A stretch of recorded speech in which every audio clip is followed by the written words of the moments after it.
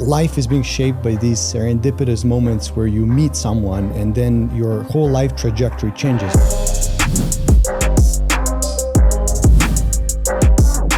You can take control of that serendipitous moments to make it less spontaneous by starting a podcast. What makes you so kind of bullish on this format? Why do you think podcasting has a future? Brands are focusing on podcasting and this type of content because that's where the audience is. I think there's a misconception in the industry that podcasting is an easier format than writing articles. Is podcasting a challenging format? It is a challenging format. This is full-time work. If someone thinks they can be a part-time creator and grow the channel, I don't recommend that. What makes a good podcast, or what makes a good podcast episode? I always tell people, podcast is a part of something. It cannot be on its own there. One thing that some people make as a mistake, and as soon as you do, you lost already. Like you lost out of the gate because the algorithm is going to get confused. I wonder what businesses are trying to achieve with their podcast. When do they know that their podcast is successful? If you have created 21 episodes, you're in the global 1% of podcasts. I think we're at 26 right now, so we're doing well. Hrefs Podcast. So, Borko, we are recording right now in a studio called Poddster in Singapore. This is one of 4 rooms, and you have like a lot of sets here. And you have another one in Dubai, and you're about to open another one in Riyadh. Yeah. This is correct. So, this tells me that you're clearly enthusiastic and you clearly believe in this format. In podcasting, I mean the actual company is called Poddster. Yep. Which derives from podcast. So what makes you so kind of bullish on this format and on this business? Why do you think podcasting has a future? It's a good question. I when we started experimenting with Poddster about 2 years ago, we realized that there's a demand in creating high quality content, but it wasn't accessible because you would need to either hustle yourself, buy the equipment and do everything at your home. You'd need a videographer on call. If you don't know how to record, you need an editor. So what we realize is that people prefer having like a turnkey solution at an affordable rates.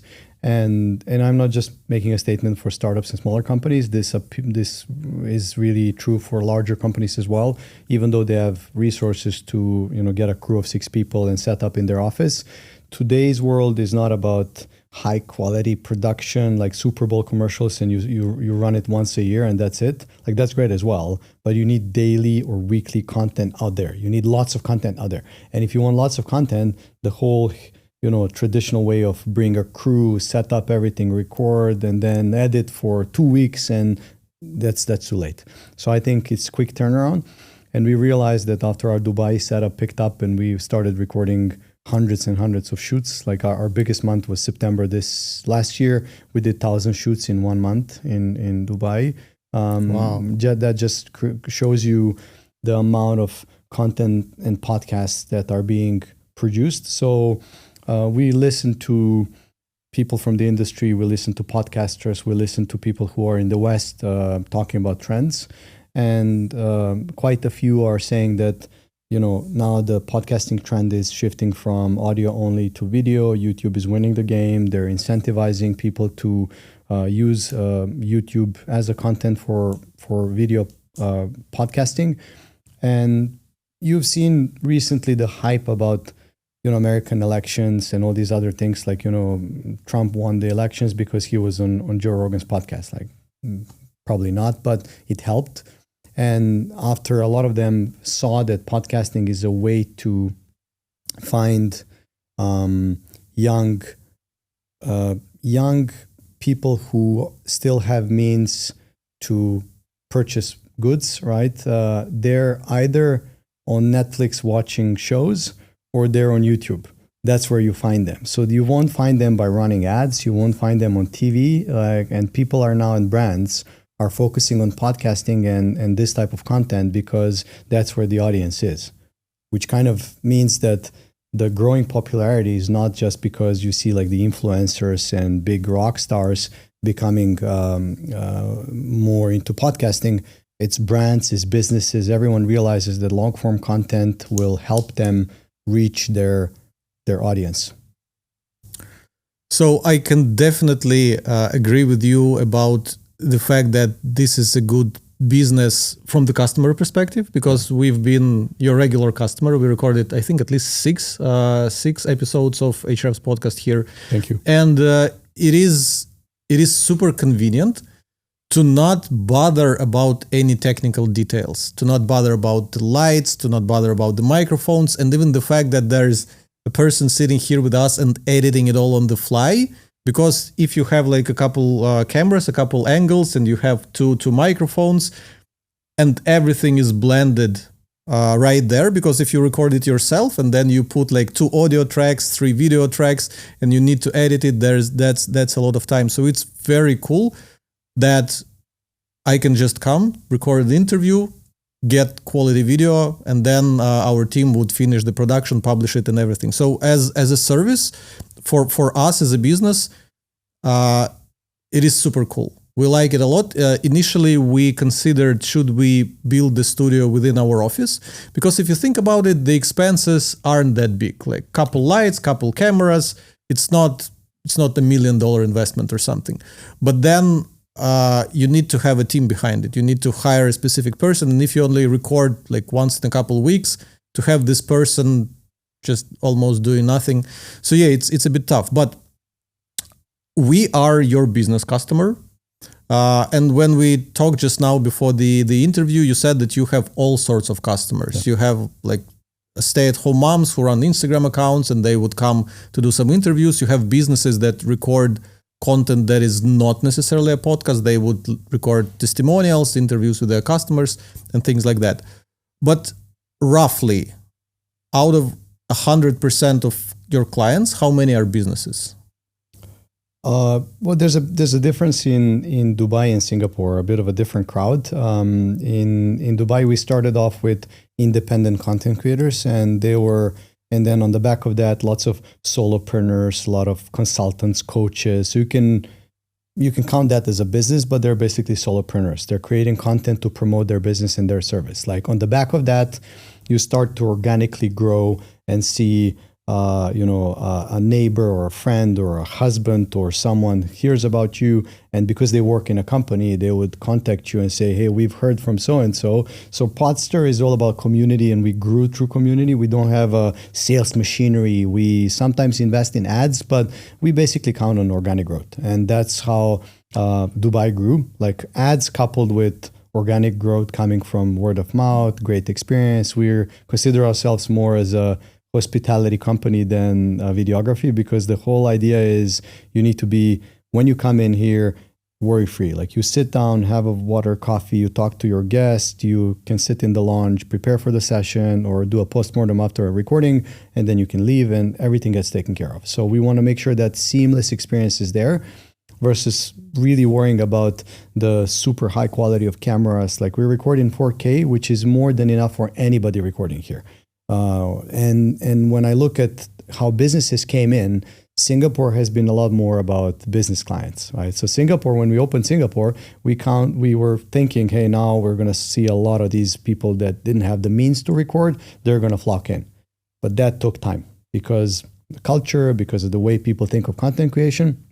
Then we slowly started to see VCs and startups come in, like people who are a bit more risk appetite. They would book, they would come in, they would record. And on the back of that, we started seeing a lot more businesses come in. So Singapore, I would say 70-80% are businesses, smaller and bigger. And then maybe 30% are solopreneurs, consultants, people who have creators. Their own creators. Well, I think nowadays everybody needs to be a creator, right? If you own a small business and you want to promote your small business, you need to be a creator, right? You can run ads, you can go and sell to people over LinkedIn, but the best way to really drive that healthy growth is if you publish content. People will find you on social media, people will look for you, people will watch your stuff on your website, but they will look for more context, who you are and what you do before they commit and buy, especially in Singapore. What we realize is that in Dubai, the culture is a bit more especially for Poddster. Oh, how much does it cost? $150, $200. That's fine. I go and book online. I go there, and the worst thing that can happen is I can get pissed and say like, "Oh, they tricked me." That's not what I'd expected. But they would take a risk. In Singapore, people would look online, look at the ad, come to do a tour, then go back, then bring 3 more people, and 5 people would come and do a tour. So they would take photos. They would do a lot of due diligence before they commit. But that's because businesses are considering making an investment in something like this, and they're not in it for one recording. They want to make sure that once they're set and this is what we want to do, then we're making a decision between buying everything ourselves and hiring people or going in and recording here, and then what other services you offer. Can you offer editing? Can you offer any animated graphics? Can you offer distribution? So they want to do proper due diligence. Sometimes takes months, but once they're in, and that's probably my advice, what I would say if you're in B2B, like it's a longer game. So you need to make sure that you really connect with that customer and make sure that they understand what you're doing. And then when you lock their business, the churn rates are pretty low. Back to the kind of 2 types of podcasts that I suggested, creator podcasts and business podcasts, but you kind of shifted the perspective a bit by saying that every small business owner has to be a creator. So I would define it like this. A creator podcast is when the podcast is the product. Yeah. So when a person, they don't have, I don't know, a bakery, they're not a dentist or anything, but they want to create content and, I don't know, sell advertising or maybe sell their expertises in their courses. But the podcast is the product of theirs because they want to sell this product to advertisers. While businesses, they have something on the back end. Like here for us, we have software for marketers. Yes. And we're creating content that marketers would be interested in. So a lot of marketers are now interested, should we start a podcast or not? And this is why I wanted to interview you and talk about the business of podcasting, talk about it from your perspective and things like that. So I guess my question is, you saw everything so far because you've been doing this for almost 2 years. Yeah. And you had thousands of recordings in your studios. Do you see any differences in how creators approach their product and how businesses approach their podcast? I wouldn't call it a product because this is for businesses, this is kind of like media.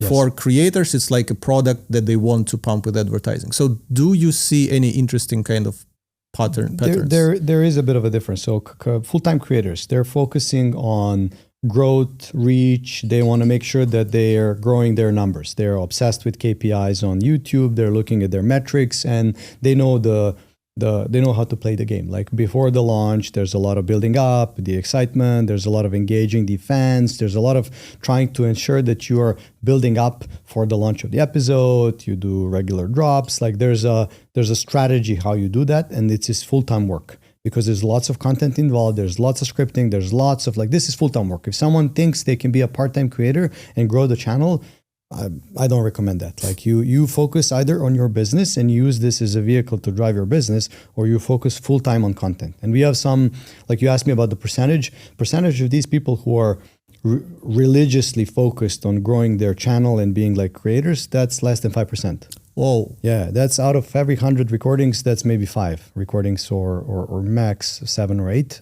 So because the real content creators are first, they would look at setting up their own at home and starting to build up, and they would come here for some special episodes, but they would record a lot online. They would record a lot because they need frequency and they want to build up the amount of content so they can grow their user base. So for them, what counts is the number of followers. What counts is the reach. For businesses that use this as a media to promote their service, it's not so much about the numbers. It's about who they are reaching, because sometimes out of 10 or 20 listeners, 1 or 2 can be a business partner. And if you hit 2 really solid hot leads and you close them, you're already paid off everything you're working on, right? When it comes to like podcasting and long form content. For full-time content creators, it doesn't work that way. They're not interested in one person knowing about them because they're not looking for a job. They're not looking for investments. They're not looking for a client. They are looking at growing and amassing the number of views because that in turn will drive sponsors. It will drive, future growth. And you know how social media works. Like the more views you have and the more subscribers, and YouTube has a specific algorithm. They don't only look at growth, they look at engagement, they look at recurrence. Like if people are coming back to your content and rewatching multiple times, you're taking off. So they know this, and that's why they're focusing on specifically just growing the channel and ignoring. I have one full-time content creator that keeps coming back to me and says, dude, I don't know what to do. I keep getting all these offers to work. I keep getting like offers to do consulting. Like I'm attacked by people offering me stuff, and I don't want that. I want to focus on my channel. I made a risk, and now it's paying off, but he still doesn't want to be distracted. He still wants to keep going the same way he started. And that's a trick. When you're a full-time content creator, it can happen that you get distracted, right? Someone offers you, hey, you're great.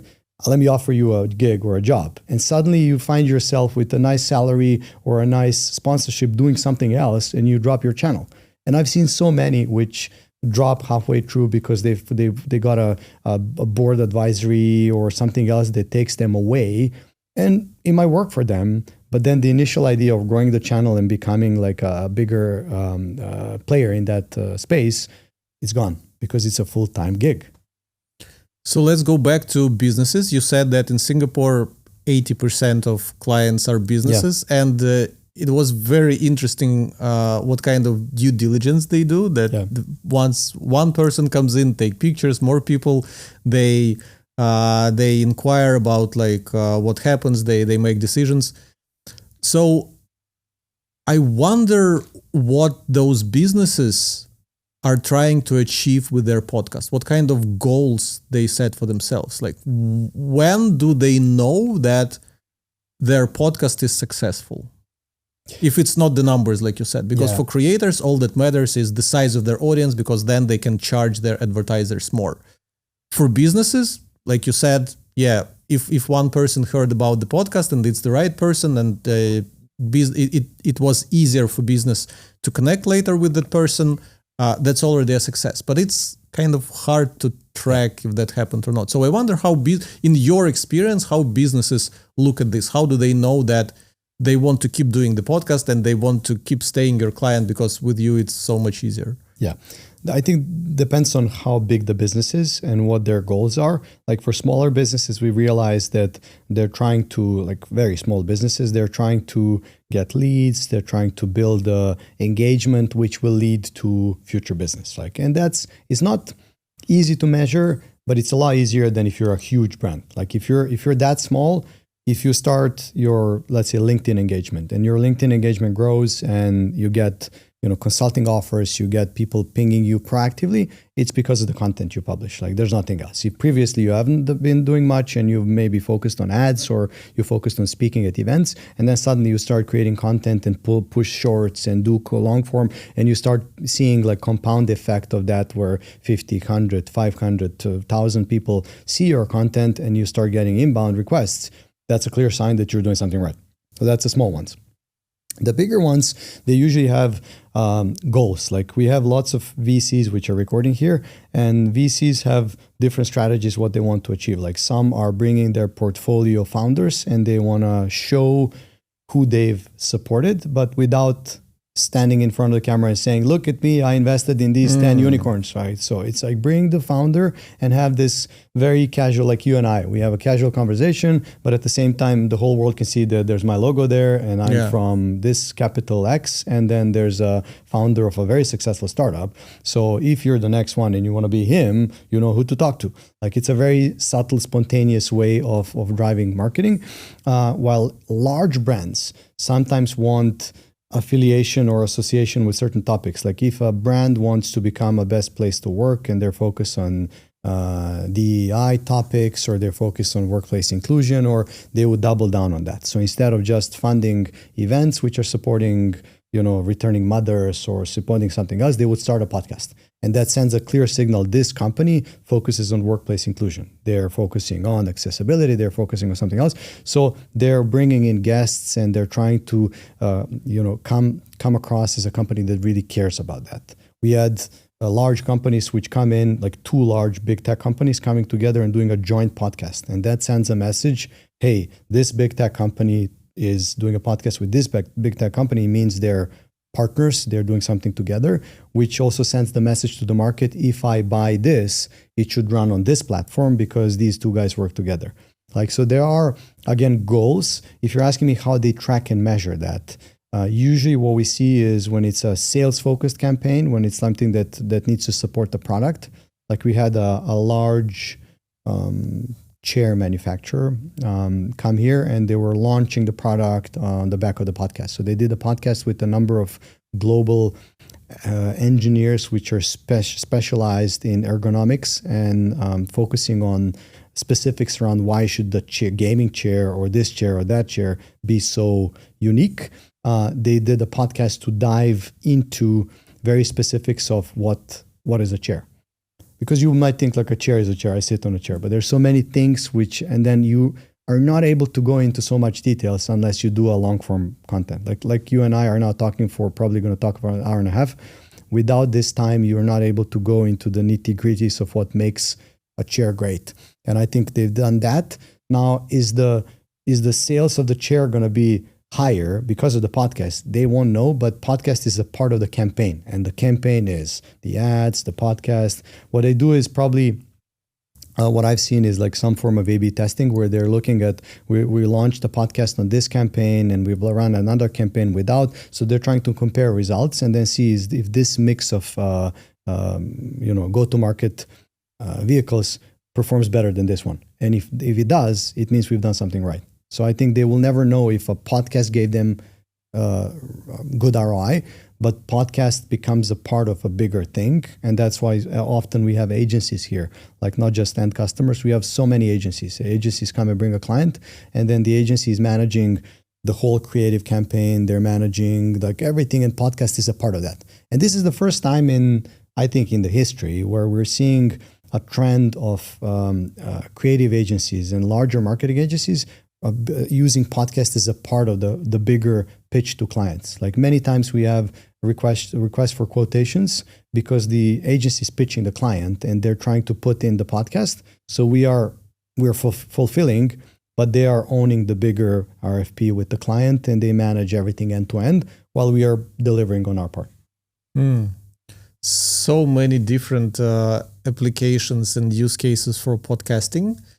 But what's interesting, I don't think you said anything in regards to how I personally look at podcasting and why we're doing this. So probably my perspective would be interesting to you, and you can then comment on it and say where you agree, where you disagree, and where you see others approaching it like this or not.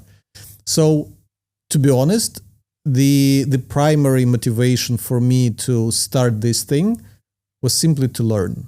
Okay. Because I can get a very interesting person with a lot of interesting background and experience, and I can pick their brain for hour, 2 hours. And so my last guest was Magnus Grimeland, the CEO of a huge VC fund. And I was talking to him for 2 hours. How else would I get 2 hours of his time without paying him or without pitching him anything? Yeah. But if you have even a small media, because our podcast is not very large, I think we're about to cross 50,000 views total since launching.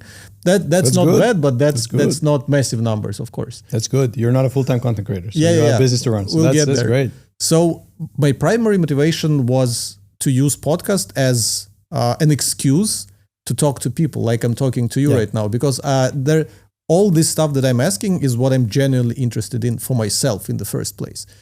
Secondly, it helps me grow my network. Yeah. Because again, in those 2 hours, if we have a meaningful conversation, and if you like my line of thinking, I like your line of thinking, we kind of form sort of a bond. And if you need something, if I need something, and we send each other an email, we're no longer strangers. because we spend so much time together and we understand each other. So for network building. And then, like you said, it helps to create a lot of content on social networks. But for us, it's the branding element. Yeah. So we have HRF's podcast branding, which your studio conveniently provides. So, and the thing is, in the beginning, I thought that it was very important that the actual podcast episode should generate a lot of views. So like the actual, 2-hour interview that we do, 1 hour and a half interview that we do should get tens of thousands of views. But that's very hard unless you Joe Rogan or Lex Friedman. People just don't typically watch long interviews unless that is a topic that they're super interested in at this very moment. So if anyone is considering to launch a podcast for their business, it's highly likely that they would listen to this until the end. Yeah. A lot of other people who are kind of in my audience, among my followers, people who listen to previous episodes, they might see, oh, Tim has released a podcast about podcasting. That's not what I do. Yeah. I'll just skip it. Yeah. So I stopped caring about the actual views of every individual episode. But what I care about is the exposure I get and the people I'm associated with. Because again, back to Magnus, who I interviewed last, I interviewed a VC, early stage VC, and we talked about early stage marketing and those things. So a lot of the startups who are interested to get funded, and a lot of people who are marketers and they want to be founders, they would listen to this episode. So with every episode, I'm kind of, with the specific guest that I have, I'm tapping into the audience of people who are interested in this specific topic. And little by little, more people would learn that HREFs has a podcast. It's about marketing. They cover everything from podcasting, early stage marketing, viral marketing. We recorded here. We're covering a lot of topics. And even if people won't listen to our interview right now, typically when I post the announcement of the episode on LinkedIn, it would get 10,000 views, 20,000 views, so good views. And people know, okay, Tim interviewed Borko. Yes. And they talked about podcasting. Yes.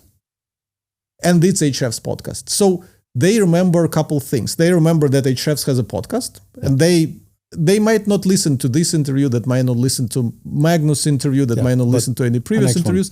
Yeah, but they know that it exists, and whenever they need to go for a jog and they want to listen to something, I think Tim interviewed some interesting people. Let me open the podcast, let me find something relevant and listen to it. And then the actual association that, Tim interviewing this guy from this company, he's interviewing someone. We had Airwallex, we had Crypto.com. So maybe if Tim is interviewing those people, then the company HREFs is somehow related to what they do. So CMO of Crypto.com is on this podcast. Then other people who are doing marketing in crypto might want to listen, learn about our brand. They mightn't even learn what we do, HREFs, but they would have heard HREFs. And if later they would be presented with a list of marketing tools to sign up for, and HREFs would be one of them, they would be, I know this. So it's just exposure like that from simply posting an announcement of an episode, the announcement getting tens of thousands of views, while the episode can get, 1,000, a couple hundred. That is still valuable for me. So this is how I look at podcast for our business. 100%. You figured it out. and it's not many people that understand the power of this. And what you've just described is the reason why Poddster has started. It didn't start as a McKinsey research and we looked at the market and said, this is the niche. It actually started by my co-founder running his UX product design business. And I was still at Microsoft and we were talking, he talks about, complaining about how he can't get any business. I complain about, corporate life. And one day he asked me like, hey, how do I, get more clients? I don't have money for advertising. I hate events because every time I go at an event, I pitch people that end up pitching me back because it's all salespeople at an event. So he's like, is there anything you guys do? And I was like, well, we just send a bunch of salespeople to sell, but you don't have sales. So I told him, why don't you start a podcast and invite people that you'd like to sell to, but don't sell them anything? The moment you start selling, you lose credibility. So just invite, what's the profile that you want to invite? And he's like, well, chief innovation officers. Okay, hit chief innovation officers and do not lower your bar until you get the chief innovation officer. And it took him almost 100 cold emails and cold LinkedIn messages until he got the chief innovation officer. On the back of that, the second chief innovation officer, the third one, chief data officer, the chief experience officer. And then suddenly when you show 3-4 names, then it goes like this and people want to be on your show. And then when he was starting, I sent him a clip I can send to you. There's an American guy that talked about exactly what we're talking about. He talked about how life is being shaped by these serendipitous moments where you meet someone and then your whole life trajectory changes because you were at the dinner with someone. Like you sat next to someone at the dinner that was organized by a company, and you meet him and he talks to you about something and you get to know him and he changes your perspective and he gets you involved in a network of people that shifts your trajectory. So he said, what if I can promise you that you can be in charge and you can take control of that serendipitous moments to make it less spontaneous by starting a podcast? So let's say you now suddenly want to drop all of this and you want to become a rugby coach. What would you do? You would start inviting rugby coaches and people from another industry and you would talk to them. So what happens then? You learn for 2 hours from best rugby coaches. You just, this moment is like 100% focused. There's nothing more focused than this conversation. Like I don't think about my wife, kids, about my home. Like I'm just talking to you now. This full attention. You don't get that when you're at coffee because people keep watching their phones, and that's one. The second one is people that listen to you. They associate you with people that you bring on the show, which means that after 10 episodes, they would be like, oh, this guy interviews rugby coaches. Like he must be great in rugby or he's connected to these people. So you get credibility by talking to these people and people see you more and more as a relevant authority in that space. And the third one, you get a network. You get such a great network that in a couple of years, and he gave an example of a kid that started doing that and they started getting jobs, high profile coaching jobs in rugby in the United States or NFL that he wouldn't have gotten any other way, just because he started engaging in coaching conversations. So on the back of that, when my co-founder started getting business and he started meeting people, he just calls me one day and says, dude, this is working. Like I'm getting a network, I'm getting exposed to people. But there's one more interesting thing is everyone keeps asking me if they can use my setup to record.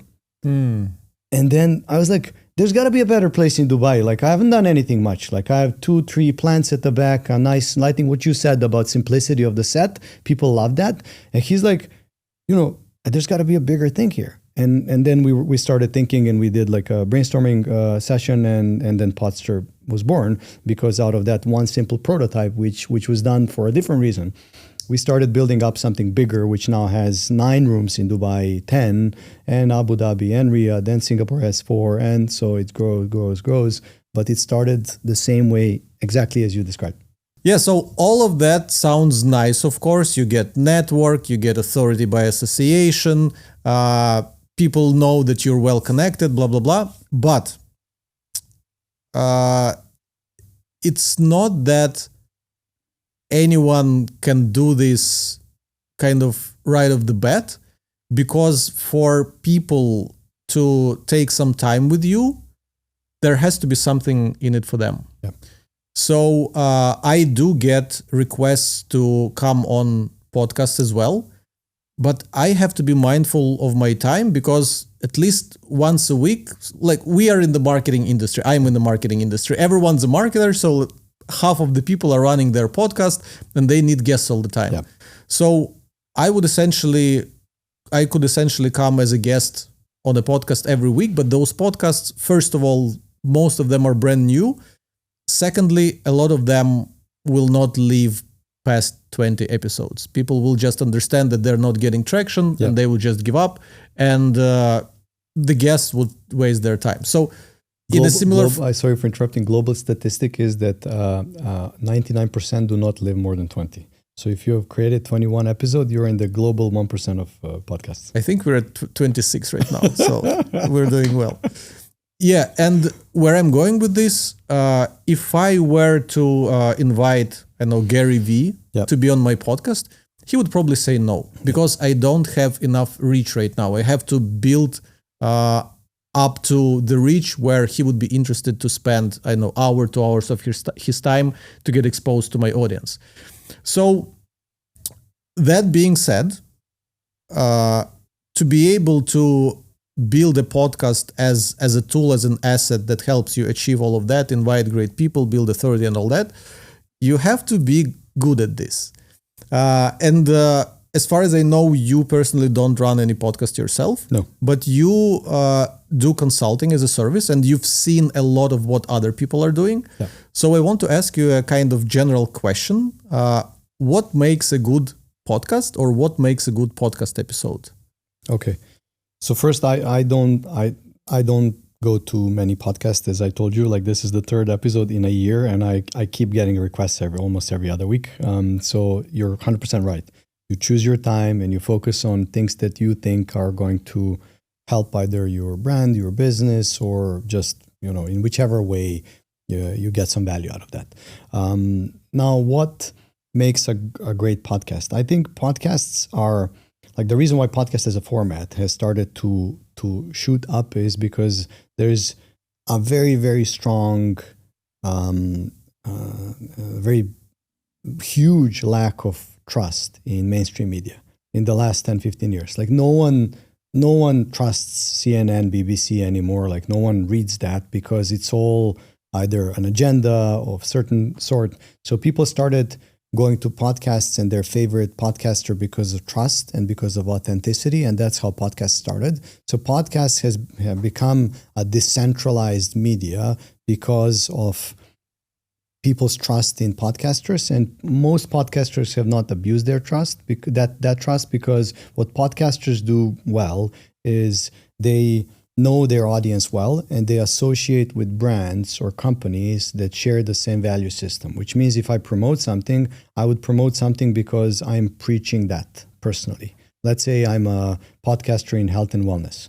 I would focus on promoting something that I feel is tying to what I'm talking about. Otherwise, as soon as you start going for the cash and you do it too early and you sell yourself to like the highest bidder, you lose your audience, because audience can smell BS. That's true in podcasting space. It's not true in mainstream media, because you don't get a say. No one gets a say. Mainstream media is just one-way street. Podcasting is two-way street because there is lots of engagement with the audience on social media, on different channels, on Reddit, on Quora, on like whatever. And what I think makes a good podcast is authenticity and how much time have you putting in. Like, I see you prepared for this well. And that's why being a podcast host is not easy, because people come here and they think, yes, we are offering cameras, lights, everything's done. Like, you can rock in and start recording. But what are you talking about? If you're talking about BS and you're just you have no idea what you're talking about, then your views are not going to go up. Your views are going to stay low, and your friends and family are going to watch you because they like you. Otherwise, you're offering no value to the end viewers. And that's why good podcasters and good podcast hosts, they spend time in researching the topic. They go so deep to understand what they're discussing and about their guest. And it's critical. And of course, authenticity, which comes on the back of a podcast host being true to the topic. If you're talking about marketing, you're researching marketing, you're vested in marketing, you're not doing it just to grab clients, because clients will see that if you're doing it for like a clickbait type of content. And the last one is, I think when we talk about content, in today's world, people are spoiled with the quality that they get through Netflix and elsewhere. And I think high quality matters. They say, if the content is king, dress it like one. So don't go and do badly done Zoom calls, which are crappy sound. And people expect high quality sound. They expect high quality images. They want to enjoy the experience of listening to a podcast. Imagine you go for a run and suddenly there's a crackling in your ear and there's badly recorded sound with an echo. Like, people don't like that. And that's why high quality and good, well-produced podcasts, they perform better than things which are just recorded by the way. All right, so there are a couple of components there. There's the authenticity and the prep level of the host, the quality of the production, and having a clear two-way communication with your audience. You said well that your audience would know what you do, and they would they will tap into the value they get from you as and when. That's enough. If you keep doing that, people will understand who you are, what you stand for, when they can tap into the knowledge they get from you. And that's what's driving the podcast up. One thing that some people make as a mistake, they see Gary Vee and all these other folks, Casey Neistat, and like everybody that has made millions of followers, how they talk about everything and anything. And they start doing that.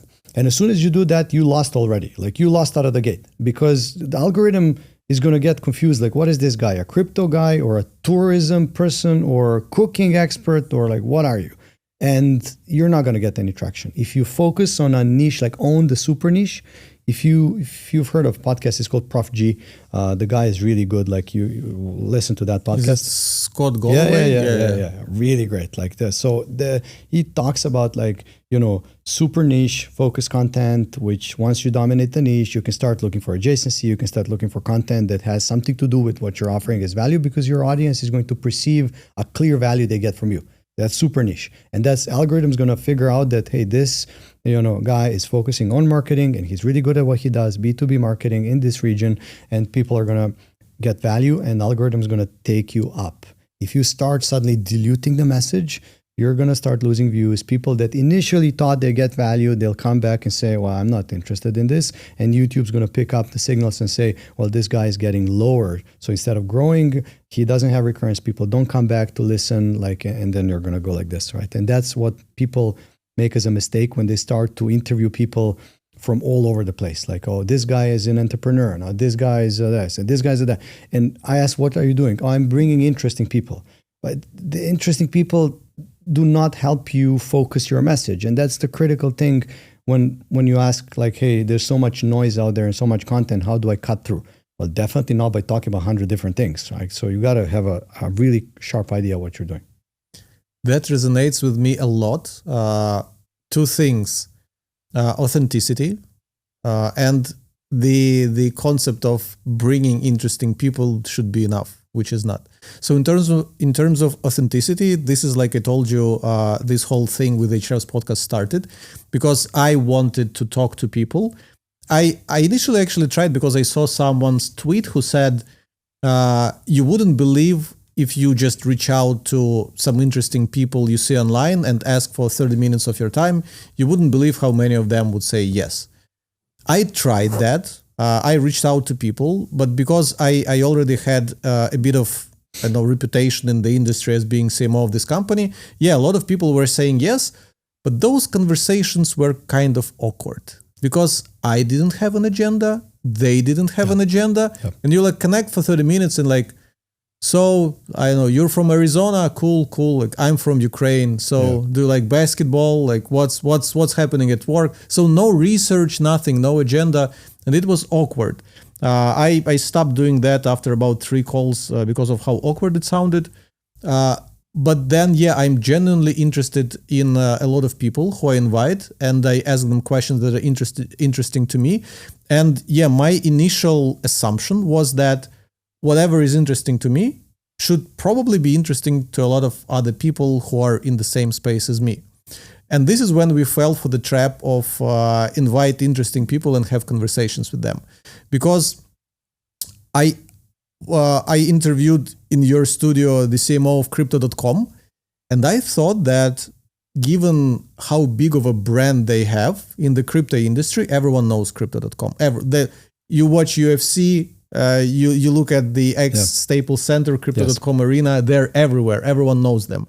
And he didn't do a lot of interviews at all, especially like a long 2-hour interview where you could dig in all sorts of topics. So I thought if I just interview him, that fact is enough to get me views. The interview flopped. And me and my team, we have all sorts of theories why it had flopped, because there are so many different bells and whistles. It flopped on YouTube, to be specific. It flopped, but also on LinkedIn as well. We had a lot of theories from thumbnail, from packaging, blah, blah, blah. But the topic of the podcast was all over the place. We talked a little bit of this, we talked a little bit of that. I asked him about his previous jobs. I asked him how did he get a job at Crypto.com, blah, blah, blah. I thought that the fact that I'm talking to Sam of Crypto.com is already interesting, and people want to hear his story, people want to hear from him. But he's not Snoop Dogg. He's not an actor. He's not a singer. He's not a celebrity. Yeah. People don't care about his life. This is why I'm not asking you about your life. We're 100%. Strictly talking about the focus topic of podcasting for business, how to make great podcasts, blah, blah, blah. Because you are not the celebrity. People don't want to know, like, what's your family looking like, blah, blah, blah. And right now we're switching our podcasts to be more focused. With every guest, we're trying to pick a single central theme. Of course, you cannot just bang this drum for 2 hours to talk about just one thing. You of course, would go in one direction, in another direction, you would explore. But so far, we are like, again, this is an assumption that we need to test for, 5, 6, 10 episodes to see if they would perform better than those general ones. But the assumption is if you pick a certain topic for your guest, it also helps you to package your episode. Yeah. So this episode on YouTube, it would probably be titled something like Podcasting for Business or something like this. It has a central theme. We go into it, we discuss it, and people who are in business, who want to start a podcast, they know that they would like it. So those two things really resonate with me. The authenticity, that if you are not interested in your guest, in what they do, in their expertise, then the interview would fall flat. And then if you don't do research, if you don't pick a central topic, but you just talk about everything and anything, whatever conversation goes. Like, some people think that they are just interesting people inherently, and whatever they talk about is enough. So far, our experience says it's not enough. You have to be quite focused, and you have to understand what central theme you can get out of your guests so that it would be interesting to your audience. Because you and I can talk about many things. You can invite me to a podcast and say, I want to learn about how it works in a corporate world and how you moved from a corporate world to a startup, and how that's a totally different topic than what we're talking about today. And we can run an hour-long conversation, how I used to run as an COO and CMO in Microsoft, and what I did here and how I transitioned. Totally different topic and of interest to different people. Danny, you have a focused conversation here, podcasting for business. That's what we're talking about. Again, different people. And then you have the third group, which would be like, oh, tell me about how you grew up in war-torn country and blah, blah. And then I talk about that. Who would watch that? My friends and my family. No one else. Because no one else cares. Like, a person that sits in Paris that wants to know about podcasting wouldn't be interested in my life story. So I think you're on the ball. You're on the ball with focus, and you're probably going to see that in the numbers. As a format, podcasting, I would say that it's a very challenging format. And this is why you have this business in the first place, because it's not easy to do what we are paying you right now to do for us. Yeah. It's not easy. It's not easy to set up all the cameras. And again, what I enjoyed while browsing your website, there was this image, delivery team. Can we get a zoom in on it? And it's 12 people. Yeah. I can kind of relate to this because we have at least 1, 2, 3, 4, 5, I think 5 to 6 people working on our podcast. Not all of them are working on it full time, but you need a designer, you need an editor, you need a person who would help you with research, you need a person who would help to book guests, find time, blah, blah, blah. There's a lot that goes into it, versus we come from the industry of SEO, search engine optimization, where people get value from posting content, like text content, articles online, ranking them on Google, and enjoying a lot of passive search traffic that is coming your way. Writing an article, writing a good article, you have to have something important, interesting to say. It's still hard. But I feel podcast is a lot harder format, but I think there's a misconception in the industry that podcasting is an easier format than writing articles, because all you need to do, like writing an article can take you, if it's a good article, can take you 3, 4, 5, 6 hours. If you want to have the nice images, if you want to polish how you say it, blah blah blah. If you want to do research to write this article, come up with interesting takeaways. So it's easily one day work easily. And people think that for a podcast, you just find an interesting guest, you hop on a call with them over Zoom for 30 minutes, hour, you hit record, then you publish it online, a piece of content is done. Yeah. So what do you think about the challenges? Is podcasting a challenging format? It is a challenging format, and that's why the statistics on 1% made it across episode 20. It's not because they can't endure clicking Zoom and talking for 50 hours. It's because no one listens to their content, and it dies because it's not prepped well. It's not focused. It's not everything we talked about. So you're 100% right. So when you look at how much research you need to have in order to have a really meaningful, deep conversation, it's almost like articles are a subset of what you need when you do a podcast. Because when you're doing a podcast, you do all the scripting work, which is equivalent. You can publish an article. But then on top, you need to record and talk and get the questions running, because the podcasting, one of the things that I forgot to mention previously, what makes a good podcast good is the host knowing how to drive dynamics between the guest and the host. Because we've seen here, like you saw on our website, we offer consulting work as well. We have services called Take One for people who have never done anything. We sit with them in the room, and then we do a 2-hour dry run where we coach them. We give them direct feedback. This is what you're doing well. This is what you should be not doing well. And some examples are host shoots a barrage of questions at the guest, like 5 questions. And then the guest is like, which one do I answer first? And then guests get confused. The second one is the host doesn't know how and when to interrupt the guest, and guest keeps on talking for 15 minutes, and the host is moving on the chair and getting nervous how to stop the guest. So there's a lot of things that you learn when you're doing podcasts that you need to improve on if you want to have a good conversation, because you're like a news anchor, you're like a evening show host. Like, you need all these skills, and that's all obvious. You can all develop that, but it's far from only being able to script. And articles is scripting, posting, you're done. I especially love the comment about being able to interrupt your guest if they're talking for a very long time.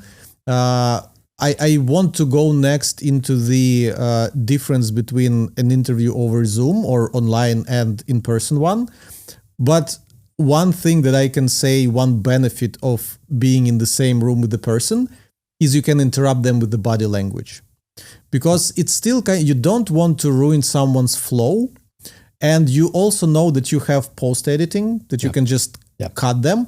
But still you have an allocated time for the interview, and you do want to squeeze as much as you can out of your guest. So what I've noticed is that I'm having a very hard time interrupting people when I do it over Zoom, while when I do it in person with my body language, when I start raising my hand or when I start opening my mouth or just showing a person that I want to say something. Again, some people are not good with social skills and they don't pick up the clues. But a lot of the time, people do pick up that you want to say something, and they understand that they need to make a point faster. So yeah, it's a very interesting skill, and it's very cool that you have coaching for this, because I had to learn it the hard way. And this is why I'm doing those interviews for 2 hours, because I understood that with a lot of guests, 1 hour is not enough. You have your prep notes with the topics where you want to go. And then by the end of the hour, you're just halfway through, which is exactly what is happening with us right now. And I understood that, okay, we should have 2 hours. And then maybe if the guest goes too long somewhere, we can cut 5 minutes here, 5 minutes there. Not a big problem.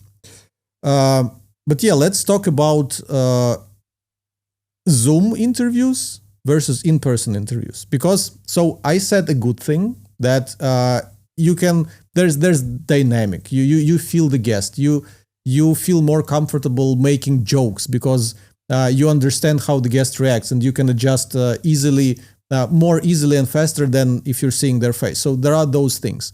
But on the other hand, I'm listening most of the podcasts when I'm doing something else. So I'm not actively watching. Even on YouTube, people upload their podcast on YouTube. We upload ours. I would play it, I would put the phone in my pocket, and I would do something else. Run, cycle, do errands, whatever. And I'm seeing that quite a few good podcasts, they are done online, over Zoom, Riverside, or whatever other softwares are there. So what other benefits are of recording a podcast in person? Yeah, so we're not against recording online. Like even in the studio, we have our clients come in and sit here, and we arrange everything for them on Riverside. So their guest is somewhere else, and we put in a TV. They can see the guest. We record in high quality video here, and Riverside has been increasingly good in improving features like far better than Zoom. Like Zoom depends on internet connection. It depends on a lot of factors. Riverside records locally, uploads footage. They have audio enhancement features. Like Riverside is a go-to platform for us, for sure. Zoom has other use cases which are not for podcasting. So for recording online, I would say it's about convenience. You can, be in your pajamas and, just quickly get, makeup and you're in front of the screen. And of course, the other person can be there as well. So we see a lot of people that have episodes here when they can meet the guest in person, or sometimes do over Riverside from the studio, but sometimes they do at home. Their feedback is that quality of the recording that they can get, even if they use Riverside, but still depend on their own, camera or laptop, someone else's camera or laptop, or even if the environment is conducive enough for recording, because you have like a neighbor grilling, or you have highway next to your house, or there's a lot of Chinese factors. New Year celebration. Exactly, yeah.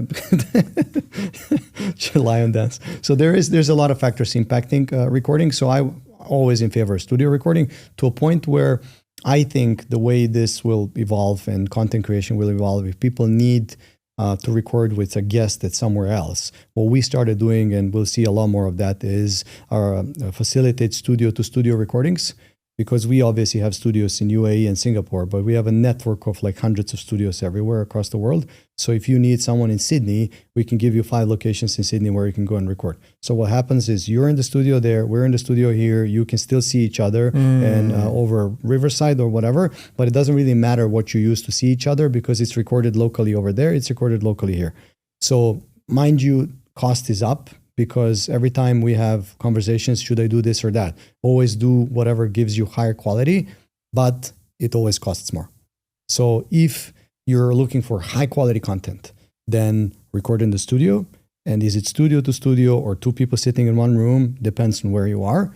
If you're looking to optimize budget, if you're looking to optimize time, because you still need to travel to the studio, especially if you're in London and your traffic jams, then opt for online. But in my opinion, it comes down to, again, resources, time, effort. Like if you want to make an effort, time to travel somewhere, and you obviously have resources, you don't have resources to pay for a studio, opt in for online. If you want to go and meet someone in the space, there's nothing better than 2 people sitting in one room and talking. That's number one. Now, the second one, if you have someone remote, the question, do you want to talk from the studio to someone remote, or do you want it from your house, really depends on what's your level of how much are you willing to lower the quality bar when it comes to conversation, because not everyone can afford at home having high quality cameras, and also the same at the guest side. What we've seen is, when you mention some good podcasts are being recorded online, guests who are frequently on podcasts and who are very popular, they have really good gear at home, because they realized as well that they are frequently guests on podcasts and they want to show up well. So if you, let's say a friend of mine is based in Singapore, near Riyadh, he's a book author, goes on podcasts like Stephen Bartlett, Tom Bilyeu, like he's been on multiple podcasts. So he records in the studio here, but he also he has a setup at his house. And when he's a guest of someone's that's running a podcast from New York, he dial in from his home. But he has a home setup because he's been frequent guest and even doing lectures and paid consultation online, which requires him to show up well. But that's if you're near Yale, right? And you're book author and you have millions of views. If you're not a full-time content creator or full-time book author or a person that depends on that, if you're just want to grab someone that's a CEO of a company somewhere and they don't have that environment. And we had that, by the way, here in studio. People pay us like good money to record here, but their guest is a expert in sustainability, one of the most popular people in the world, and he's in New York. Horrible connection. Microphone doesn't work. Keeps dropping. Like disaster. And you would argue, why isn't this better? But because these people might be an expert in their field, but they're not a frequent guest on podcasts, which means their experience is catered to town halls in the company or something that doesn't require this level of quality. Like I remember when I was in corporate, when I was doing town halls and we were in COVID times, like everybody was at home, no one cared about high quality video and audio was choppy, but you kind of get through, right? For this, the bar is high. I really like your idea of having studios, kind of partner studios, so to say, in different parts of the world. If your client wants to record in your studio here in Singapore, but their guest is in Sydney, instead of joining, I don't know, from their office or at home, you can provide a studio for them. And even I, as a podcast host, would also pay for that other studio for the person to come, just to make sure that everything is good. The connection is good, the audio is good. And yeah, I would say that in my personal experience, both as a listener and as a kind of host of the podcast, audio is probably the most important thing. Because like I said, I typically listen to podcasts, not so much watch, especially long hourly interviews. You just don't sit and watch two people talking, but you might listen to it. But when it comes to video, because you have to promote your podcast somehow, Socials. And we're going to talk about it later, and promoting or create other content out of it. And you cut those clips, and if it's just two people over Zoom with terrible video, terrible audio, even if the audio is good, if it's terrible video and people are scrolling their feed on Twitter, LinkedIn, Instagram, and they have a choice between those well-produced, crisp video with nice colors, everything, and someone calling over Zoom all like blurry, they would favor the higher quality clip, of course, because they would know that someone is putting an effort into it, someone is actually paying money for gear or to be in the studio to record this. Then probably it's more important than someone just having a random call with anyone else and putting it online. So I would say that's at least for us, that has been one of the motivators to record more in-person interviews, because when you start promoting them, when you start cutting clips, they just look better and then they just capture more attention. And then again, if we're talking about branding, like what is a brand? People argue about what is a brand. Everything is a brand. Every touch point of whatever you do with your target audience is a chance to establish something about your brand. And if people are scrolling their social feeds and they see a terrible quality video from your brand, branded with your company name, that also says something about your company. So you do want every little bit, if we're talking about business podcasting for business, you do want everything to be polished and everything to be on brand to display that, okay, we are a serious company, we're professional, we are meticulous about everything we do, everything we put out is quality. This is how we approach everything. So yeah, for me, this is the upside of recording in person and in a quality studio like yours. 100%. Nothing to add. Okay, now you have a bunch of services listed on your website. Strategy development, content development, distribution, marketing, yada, yada, yada. I want to discuss some of them. The first being strategy development. And again, I'll preface that with a quick story. Again, I'm now making probably a host mistake, which we identified when we were cutting clips. Because typically when you want to cut out a clip from the podcast, the way that it works best is if the host asks a short, snappy question. Yeah. And then the guest has a great answer to this. This makes a good clip. So now, as I'm stretching my question very long and giving a lot of context, this won't make for a good clip. So I'm committing a sin. It's not Instagrammable. yeah, it's not Instagrammable. And yet I want to tell a quick story about this podcast. We initially went with, because there are a lot of agencies that help you launch a podcast. They also talk about strategy, packaging, yada, yada, yada.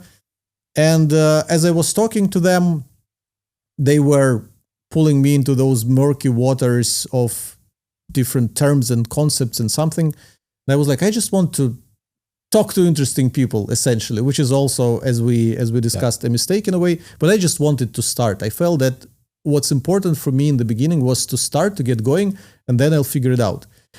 And I don't think to this day, so we've been past 26 episodes, I don't think we developed any podcast strategy. Yeah, we'll learn things as we go. We improve things as we go. We identify what we're doing good, what we're doing bad. And now we'll make it Instagrammable. What is a podcast strategy? What kind of strategies for podcasts exist? Yeah. I also don't approach the way you mentioned with making it too complicated, because our services do not cost tens of thousands of dollars. Our services are very affordable, and we try to democratize from recording to strategizing, which means strategy for us means how do you execute? Like what's your plan? Like strategy on executing podcasts. And I'll give you an example. With a lady that came in and she wants to move from corporate into well-being and quantum fields and energy, and she started learning about that, and she has some inspiration, and she has I really know which guests I want to attract, but I need help figuring out the name. I need the help to understand how often should I post. I need like all these bunch of questions. So for us, strategy is taking all your questions, giving you back some questions that you haven't thought about, writing all that down and making it into a plan. And that's it, because no one can execute without the plan. And plan is how many times per month, or when are you dropping your socials and shorts, when are you dropping full episodes, who is your audience, how your brand looks like, how your logo looks like all these things that people sometimes struggle with. And what we realize, and that's the reason why that offer is there, is not for us to make money, because we are trying to make a service end-to-end and holistic for people. And what we realize is that the first step that's missing in most cases to make that step is people are just paralyzed, frozen. They don't want to make the first step. And this strategy session is for them to make that step, someone holding their hand and say, come with me, we have your back. That's the reason why that session is there. For strategy of a podcast is tell me everything you want to achieve, and I'll tell you how are you going to do this with our help. Like that's it. As simple as that. I would say that what we've been doing here for the past hour, we were actually discussing the potential strategy and what it comprises of. Yeah. Like, how do you promote your brand with the podcast? How do you build a network with the podcast? What do you need to do to make big names accept your invite to come on the podcast? Where would you choose to go online to record something, or where would you choose to be in person? What's the value of creating those snippets out of the podcast, etc., etc. So in a way, what we're doing here, or what I am doing here for all your clients across the region, we're creating an asset which you can also send them. We actually recorded this great interview with Tim. If you want to learn about podcast, if you want to understand better what it means for business to have a podcast, what goes into it, what you can achieve, there's a great interview that you can listen to, and a lot of your questions will be answered, and you'll form kind of a picture in your head of where this will get you. And yeah, it makes sense. So strategy is not necessarily, because I was pushed to come up with some, I don't know, topic, some specific topic. Oh, your podcast would be early stage marketing. But no, early stage marketing is just one episode of my podcast. Yes. Or maybe I have a couple episodes about this from different perspectives, from the perspective of a VC, from the perspective of the actual early stage founder, from a perspective of early stage marketing, maybe marketing consultant. But I don't want to narrow my podcast to any specific topic. My broad topic is marketing, and I felt good about this. But the consultants were telling me that no, you have to have some twist, some some narrative or something. And when I look at some of the popular podcasts, I don't see that twist. I see people interviewing other interesting people and just asking them good questions where it's interesting that, oh, I like this line of questioning. I like what the host is getting out of the guest. And that's all it matters. I think because you're referring to questions which would come from people who have learned from what podcasting used to be before, like true crime type of episodes where there needs to be something interesting and that appeals to broader audiences. But what you and I are talking about here is business podcasting, and business podcasting is about giving value to businesses or giving value to your clients as a business, which means you don't need a twist or a thriller or someone shows up and says something, wow, and you're not clickbaiting people. You need to offer pure value. When you call it business podcasting or podcasting for business, people that pick that up and listen to your podcast need to get some value out of that. Like you and I now take this 2-hour conversation. I give it to my guys. They chop up each part and section into how to attract guests, how to do this, how to do that, and string that together. And that's a value for someone that's thinking of starting a podcast. That's it. As simple as that. So there's no intrigue. There's nothing going on there. That you need that if you're targeting masses. You need something like some secret to reveal or something that would boom.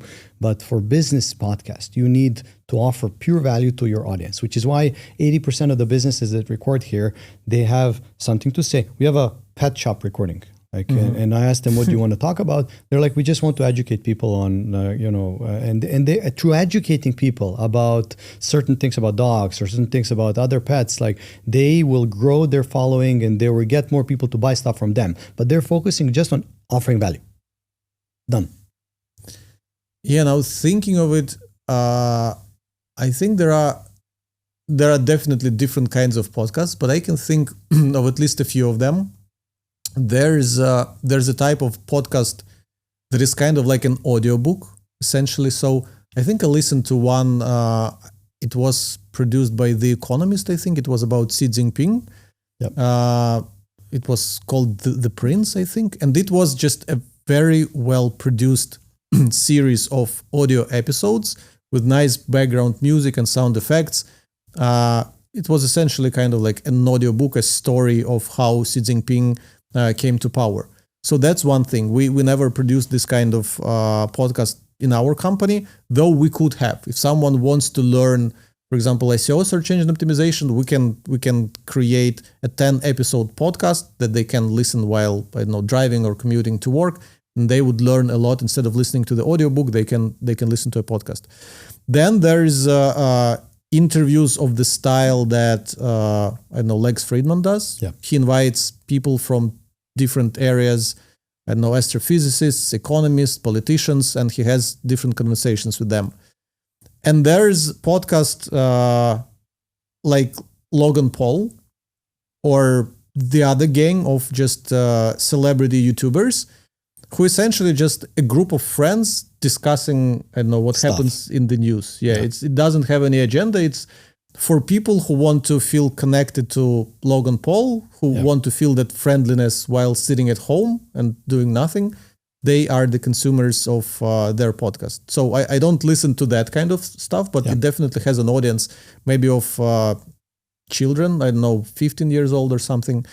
But yeah, what I also realized about, because we are in the type of podcast that kind of Lex Friedman does. Yeah. So, but he goes even broader, like politics, economics, physics, engineering, everything that's interests him is on his podcast. He also doesn't have a central theme other than that he is the host of the podcast.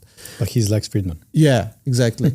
And originally I thought that every episode that we put out has to generate more and more views. That with every episode, the podcast has to be growing, and that should be seen in the numbers of each individual episode. And then I realized I realized it the hard way because this is not what was happening. We had podcasts that would generate, 3,000 views on YouTube, and it was quite cool. By the way, it was audio only podcast. The guy is not public. He doesn't want to show his face. Yep. So we just recorded audio. I think it's the most watched podcast on YouTube that we had so far. So that's very interesting because the guy was so interesting. And what I realized is that there's no consistent growth. Yeah. So some episodes perform better, some episodes perform worse. And when I looked at Joe Rogan, Lex Friedman, and any other podcasters, no one is getting consistent amount of views. No, it just goes up and down, and it has a compounding effect, which is the beauty of it. Like your episodes 6 months ago are going to get more views because of something you've done today, right? So it kind of fuels it, as you go. Yeah, exactly. And I think that people who stick around longer have better chances of their podcast and their audience growing because of this recommendation thing on YouTube. If one interview hooked you. So for example, I'm hoping that a lot of the customers of Poddster would listen to this interview because it's very on point for them. And then YouTube will start recommending other episodes from my channel. And because I have such a broad topic of marketing, there's a chance that some other interview might actually be relevant to them. They might not be interested in early stage marketing, but maybe, something like creative marketing would be interesting to them. So the bigger your library of options within your podcast, the more chances that the person will stick and watch 2, 3, 4, 5 interviews. This is why it is so important to kind of not give up and do this for a longer period of time and create that library that would later be recommended by this YouTube algorithm. And now we're getting into the marketing of the podcast, because I would say that it's insanely hard to promote a podcast episode. Again, we're coming from the world of SEO, where you publish an article, you build some links from other websites, it ranks in Google, you're getting a lot of traffic. Easy, very straightforward. You know what to do. With a podcast, how do people promote their podcasts? I think promoting a podcast directly is hard. It's not easy, right? But that's where most people that have produced long-form content, especially audio only, they get it wrong because they don't see the relevance of social media. Like social media is key to promoting any content you deliver. So long-form content, yes, there's some discoverability on YouTube, Spotify. I wouldn't argue how much discoverability you have on Spotify, but there are some. Social media is what drives your reach. And if you do a good job on social media, you'll have a compounding effect on the views you get on your long-form content. People neglect the importance of social media when it comes to creating shorts and snips and relevant content for socials, because when you hook people there, then you'll get people to subscribe and watch your long-form content. And yes, you can be a guest on other people's shows, which people do. I'm a guest here. Hey, follow my podcast because I have a podcast. Like, you can do all these other things, but strong socials and then offering value through a website. One thing that we recommend to people is have a website, have a call to action, have value that you add through your website so that you can somehow lower the relevance of social media platforms and collect contact information from your clients directly. Because if you're not if you don't own the right to contact your customer directly through an email, like if you don't have an email database, you're missing out on a lot, because tomorrow algorithm can change, social media strategy can change. You depend on them. If you own a database and you have, let's say, 50, 100,000 emails, you can always be in touch through newsletters. You can be in touch through inviting them to a live webinar and so on. So podcast is not, for me, I always tell people, podcast is a part of something. It cannot be on its own there. Even for full-time content creators, they have all these other things in addition to the podcast. And for businesses, 100%, you need a website, you need a shop, you need whatever you're doing. So number one, socials, you need to be very active on socials. And number two, make it a part of the bigger thing. Write articles, have a website, like do other things, and then that will fuel your podcast, and podcast in turn will fuel your thing. Absolutely agree. Again, we learned it the hard way. So we publish our podcast on YouTube, Apple, and Spotify. As far as I know, Apple has zero discoverability. Yeah. No, not zero. Probably Not zero, if people but low. search for Yes. search the podcast database for the word marketing or business or whatever, but there are thousands of podcasts, and only so far that people would There's scroll no to recommendation engines. There's no like it's really losing the game. They lost the game. Yeah, I think same with Spotify, because our numbers on both Spotify and Apple are quite low, and only YouTube has this thing where if you do really great job with your thumbnail, with your packaging, Yes. with your title, with the first minute to give the promise to people, all the YouTube stuff that makes a great YouTube video. If you do great stuff with this, YouTube will start recommending your episode, and this is the only kind of discovery engine that you have. And I feel that things like Apple and Spotify is where you send your kind of fans or people who want to listen to you consistently, who kind of, it's a way to bookmark Yes. a podcast. Yeah. And it doesn't even work on YouTube, because on YouTube, even if you subscribe to a channel, it doesn't mean that every new video from this channel would show up on your main feed.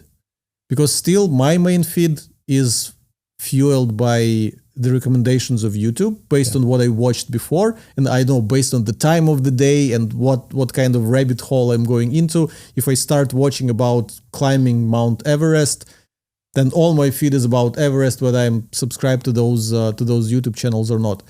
So yeah, it is insanely hard to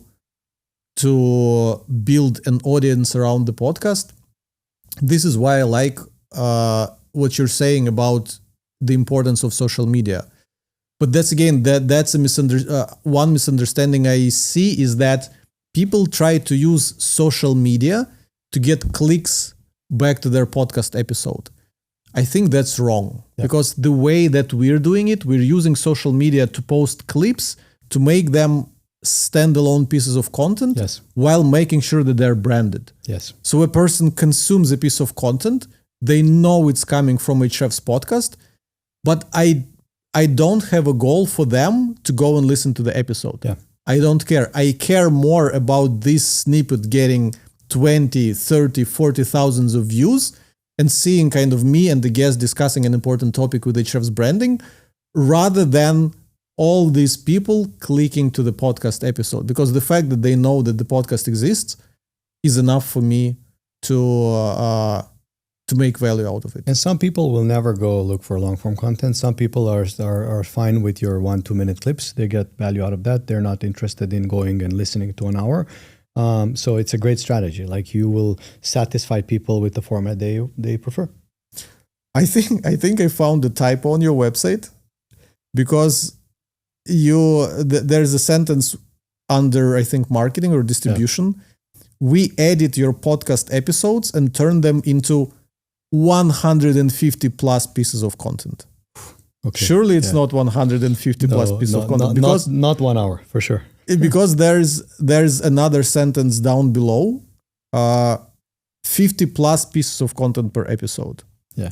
So it got 3 times smaller. Yeah. But okay, what is the realistic number?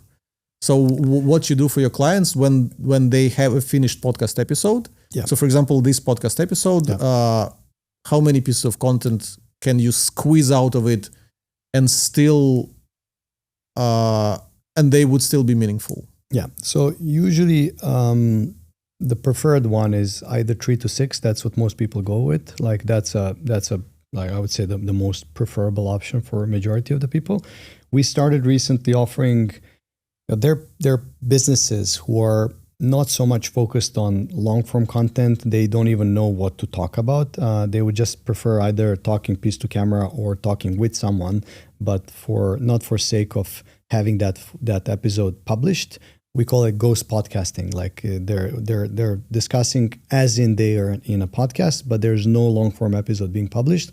We have a service of creating 20 clips from such an episode, where our producer is also helping them script. So we ask them, what's your business about? They say, I'm a pet shop. I focus on this one. Then we script the conversation and there is no long form. What we are focusing on is having a conversation that can export 20 shorts that they can then publish throughout the whole month on social media. And that helps people that do not plan to focus that much on long form.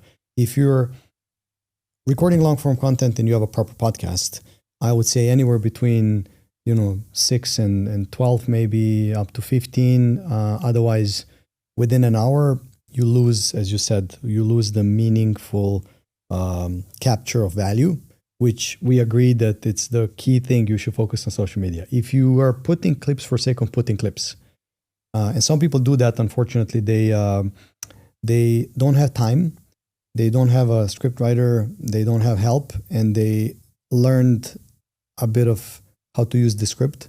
So what they do is they take the episode and they randomly pick a few shorts and put them on social media. And what it creates is it creates a very out of context, very irrelevant snippet of 1 minute, which will not attract anyone to listen to you. It does really help your brand because you didn't say anything. And it doesn't drive traffic to long form content because people didn't find it meaningful. It's like you and I talking about specific things, and instead of picking that one sentence which was Instagrammable, we pick something totally odd. And just because it's easier to clip and post. Yeah. It's not about the number of these. Like, I think, yes, you need a certain number so that you can fuel the social media feed. Once a day, once a week, depends on your frequencies. I always say frequency and consistency are really important in this game. You need to be consistent so you're constantly in front of your audience, and you need to be frequent enough that people know that you're still there. And one thing that's in addition to frequency and consistency is you need to be relevant. Otherwise, you being frequent and consistent and without adding any single value, it's a waste of people are going to learn to avoid you. Yeah.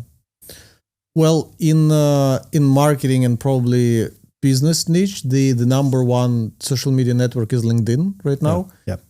It used to be Twitter, but Elon has changed something that Twitter is more like TikTok right now. Yes. with the stuff that you see there. So I'm not very familiar with the type of content that can go well on Instagram. I try not to use TikTok because it's a black hole of entertainment. But where I'm going with this is for LinkedIn, what we noticed is that, or what I observed and discussed with other people, is that it's recommended to post no more than once a day. Yeah. Because then your own posts start to compete with your own posts. Agreed. So you want to kind of post once in 24 hours. And because as someone representing a business, other than posting the podcast episode, the announcement of the podcast episode, the clips from the podcast episode, I have to post about the actual business as well. Like the new stuff we're releasing, what is happening in the company, some new use cases, blah, blah, blah. So I need to create content about the business to bring people in. And for us, we landed with the sweet spot that every podcast episode, we are creating a well-produced kind of introduction, teaser, which we would post to announce the episode. And this is what is motivating people to go and watch the actual episode, because they are seeing what it is about, the general topic, how animated, expressive, or charismatic the guest is, and some snippets of what the conversation was about. I actually just had an idea that now that we were talking with you for an hour and a half, we said the word podcast and podcasting and podcaster so many times. I'm not sure if we can use AI to... We definitely can use AI to count. Yes. And I would post about it that we had a podcast episode where we said podcasting probably 200 times, 300 times. It would be interesting to know.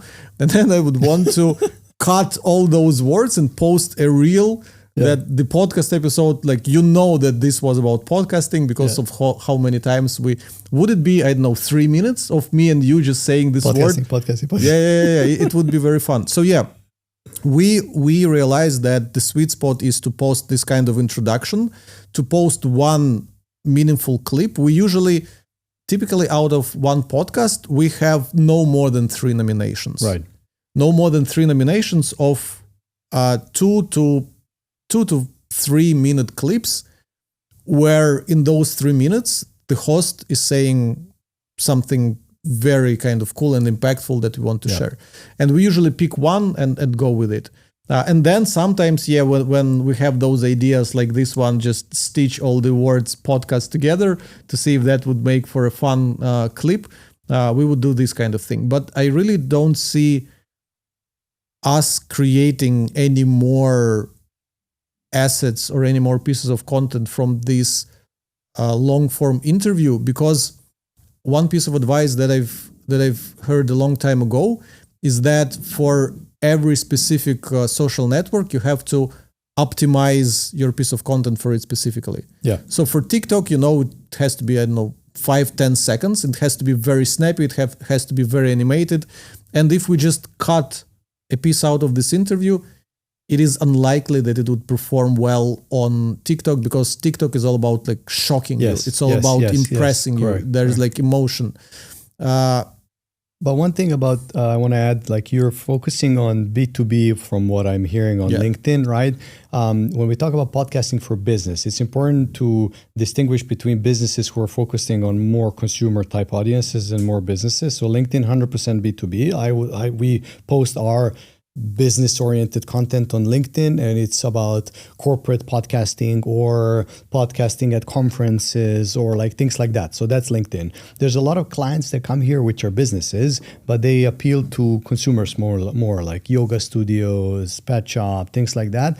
And they are trying to maximize the number of shorts for Instagram, which is performing a bit different than LinkedIn. Like in LinkedIn, yes, a smaller amount of well-targeted posts. In Instagram, you could see a number of them popping up. And while I'm not saying that Instagram is a game of dumping as much content as you can, TikTok is. TikTok is. But Instagram is somewhere in between. Instagram is like you can get away with one or two a day, and then it'll have a compounding effect based on what your viewers are interested in, because they will pick up. I think Instagram, the game is as soon as the same like other platforms, but I see Instagram and TikTok moving more like that, is the more content is being picked up and people are engaging with it, the faster it's going to grow. Like LinkedIn is a bit more geared towards your immediate network and your environment. So your game is to grow your network, first and second network, so that through that, people are going to either add you as a connection or follow you, and then your network, your posts are going to grow. Instagram and TikTok, less about who knows you. It's more about virality of the content. And you drive virality by obviously offering a lot of value, and second by frequency. So I think Instagram, I'm a fan of Instagram for businesses that talk predominantly to consumers and smaller businesses, because on LinkedIn, it's limited reach for them. Like LinkedIn is more B2B heavy if you're targeting businesses. So these two, I would say, are common here. TikTok, not so much. Is it going to be in the future? I don't know. There are people who are still posting on TikTok, but you're right. It's about the dumping game. One last thing that I wanted to discuss in terms of using podcast for becoming an authority, a thought leader. The problem with that is podcast is typically all about the expertise of the guest. Right. Not necessarily in this episode, because I have so many opinions about podcasting that I probably talked for 40% of time myself, because I wanted to see how you would comment on my ideas and where I am going. But more often than not, I talk 10, 15, 20%. The other person talks the other 80%. Yep. So when you're creating all those assets, whether an introduction for the podcast itself, the clip from a podcast, it's all about the guest. You're promoting them. So if you want to become a thought leader, there's little of you there, and there's more of your guest. But what I've noticed is that, do you know Chris Du, the Futur? Familiar. So basically, he started as, I think he's award-winning designer or something like that. And he also has a YouTube channel about marketing, about business, all this kind of stuff. And what I noticed on his YouTube channel is that he would record himself while being a guest on other podcasts. Right. And then he would use clips of himself on his own channel. Yeah. And while now, as I say it, it sounds like such a simple, straightforward thing to do, it never occurred to me to do this. And again, back to your services, back to your studio, I think we'll have one more use case as your customer. Whenever I'm invited to a podcast interview, I could probably come here. And like you say, I could do an interview online while your equipment would be recording me with all the good lights and so with great sound, great microphone. And then I could use those clips to post them on my personal Instagram or like on my personal YouTube channel to get some extra value out of this content, because a lot of time the people who invite me to be a guest on their podcast, they don't have audience big enough for that message to spread. So I can post clips of myself, and this is what I've noticed some bigger thought leaders in the industry do. So that's a very cool thing. And up until this conversation between us, I didn't realize, I thought that I can record myself, I know, at home or in the office, but I didn't realize I can just come to your studio and have this recorded here. 100%. What other interesting use cases people use your studio for? The recording things like master classes for their, if they're a coach, they do piece to camera with maybe 2 angles, and they use it for their website for gated content. So what they do is like they have some free content, some gated content. So they would record a longer, like 3-4 hour sessions, and they would chop that up and use it for social media. And then they would gate the remaining portions of the content for their members, and they would drive memberships to their website if they have paid coaching or consulting. And it usually works in a way that they have a pyramid of free content, gated content, and then one-on-one consulting and like paid services. So that's for coaches and consultants. Client testimonials, people come in here, interview or talk with the client. Executive from X company talks to a client, and instead of saying, tell me how great my product is, like they actually talk about what the client has managed to achieve in their business. So client talks about successes in transforming the company, successes in this and that, and intrinsically the value that the company or the executive that's discussing is the achievement of what the client has made. Like then we have same thing, just no conversation, is one person talking to camera, like a typical client testimonial. There's actually a lot of use cases for video. Like now, as I'm thinking, we have speakers who are public speakers who come here to talk about things that they would use then to promote their profile, personal brand, to be invited as a public speaker. And by the way, I like your example. Nir that did that a couple of times. He said, I'll agree to do a podcast interview, but only if it's recorded at Poddster. Yeah. So what I tell some of the like speakers that come in and looking for gigs, they're asking, if someone has a conference and, I'm a professional speaker, they're looking for certain rates. And if they're not getting the rates, they're not speaking. So I tell them, why haven't you thought of lowering your rates, but insisting that they bring in a crew to put cameras on you? So what you get there is like, maybe you get the lower rate, but you get 1 or 2 cameras together with the professional photographer recording you while you're on stage. And then you can use that and make 2, 3, 5x more money than on that fee that they didn't pay you. So I think it's about being creative in terms of how you use cameras and how you use your presence. Think about it. You're spending an hour with someone on the podcast as a guest to fuel his feed. Yes, you'll get some exposure through his feed, but why don't you get the same exposure through your feed as well? So it's like literally doubling the effect of that 1 hour. Last question. People, after listening to this interview, I would imagine many of them would want to go and try recording their podcast episodes in the studio like this one, rather than doing it online or trying to do a home setup, office setup themselves. In the beginning, we discussed that there's Poddster in Singapore, there's Poddster in Dubai, another one in Riyadh. But you probably researched many other places and countries around the world.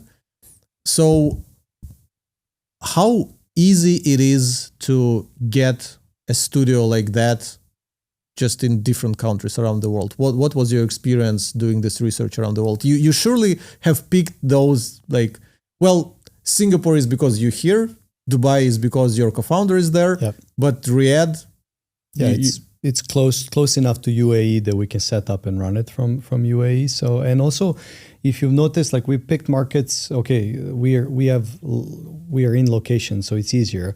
But we haven't decided to go to open New York or London. We have decided to play within the region because we want to strengthen the region relevance. Like in Dubai, we're now in UAE and it's growing beyond UAE. We have the biggest podcasting community that exists, like 3,000 people that belong to what we call Pod Club, which is Poddster sponsored podcasting community. We're launching Pod Club in Singapore in 3 weeks, which already has like 600 whitelisted people. Wow.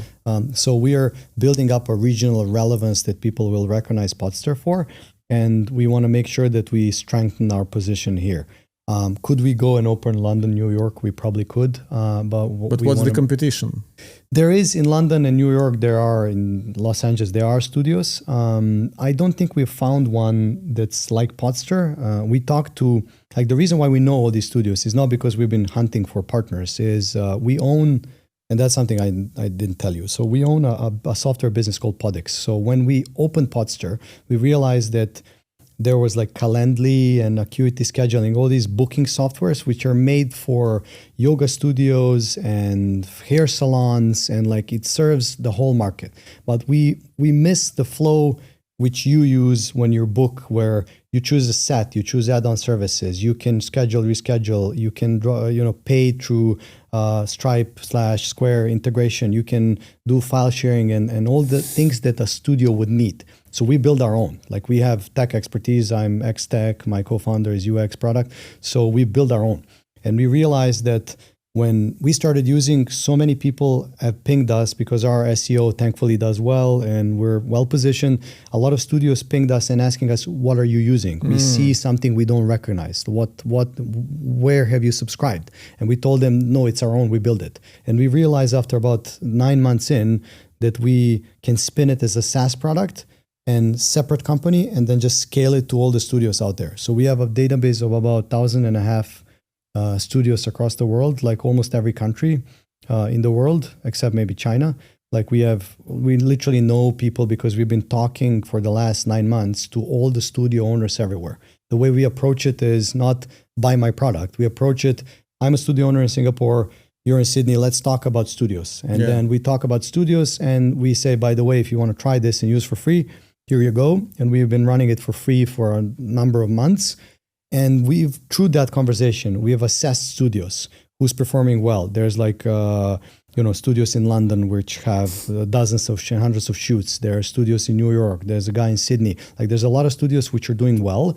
And we rank them as, I want to partner with this guy. Next time I have a request for a New York shoot, I'll send him there because I know that the standards are great. He's not going to end up in like a damp room with a black curtain and crappy service. I know where I'm sending my client. So through that software expedition, we've learned about the landscape.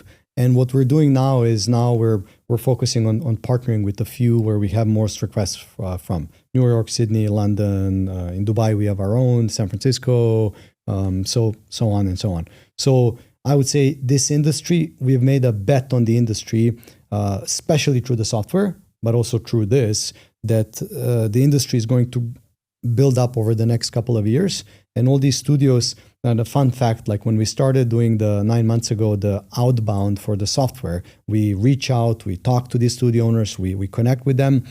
It was 100% outbound. Last month, 50% outbound, 50% inbound. So we get so many requests from, hey, I want to set up a studio in Nice next to the airport because I found a great space. Can you help me? Well, some other guy, I know Grant Cardone's brother. I want to set up in Arizona somewhere where all these business executives are coming. So I want to set up a studio there. So there's so many people that are setting up studios now. And the game's going to be like all these like crypto, like they're going to all start opening up. And then at some point, half of them are going to shut down. The fittest survive. Yes. But what we see is like emergence of the industry, which hasn't been there because traditionally you had people recording in their offices, you had agencies doing recordings through freelance videographers. Now it's getting shaped by all these studio owners popping up. And one fortunate thing we have is that we've been there from early days. And one guy in Chicago, when we talked to him about this, he said, "You guys are the biggest conglomerate in the world as far as I know."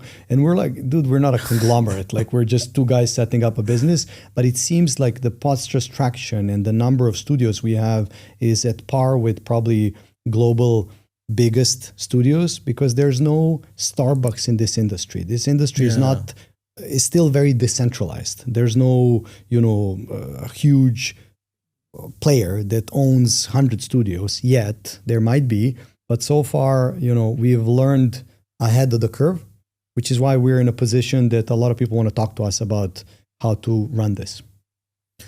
I have two thoughts out of this. The first one is that with more than 1,000 studios just on your list, the chances are, if you're in a big city, there should be a studio there where you can record a podcast or a videos or something. 100%. And the second thought is that given that you have this software and given that you did a lot of outreach and a lot of research and you have already a list of 1,000 studios around the world, that's a so-called programmatic SEO opportunity for you, because you should, if not already, you should definitely start a directory. Yeah. Like studios in Sydney. Yeah, we have it. It's called podspotters.com. So if you go to podspotters.com, you'll see about 1,000 studios across the world which are listed there, and you can find. But does it rank for keywords like a studio in Sydney, studio in New York? There's a specific city. So if you click on your city, you'll get everything there, and you can search for your neighborhood. Nice. Yeah. So who does your SEO? We have in-house one person, and we've been doing all our stuff since we started. So we might need some help though. Well, we don't do consulting. We only do software, unfortunately. Okay. Well. Okay, that's it for me. Thanks a lot for your time. I thoroughly enjoyed our conversation and I learned a lot. Yeah, same here. Thanks for having me. And what I like about these conversations is no matter if you're a host or a guest, you'll learn a lot by bouncing off ideas, listening to your own thoughts, and then you're just having a exchange of ideas. And that's what's beautiful about podcasting. Thanks a lot for sticking till the very end of this episode. I guess that means you enjoyed it, right? Because if you did, I have to ask you to subscribe to this YouTube channel, or maybe click the follow button if you're listening to this on Apple or Spotify. Not sure if you know this, but subscriptions and follows are the strongest signal for these platforms to show this piece of content to more people. So I would really appreciate it if you would follow and subscribe. Thanks in advance, and I'll see you in the next episode. Bye.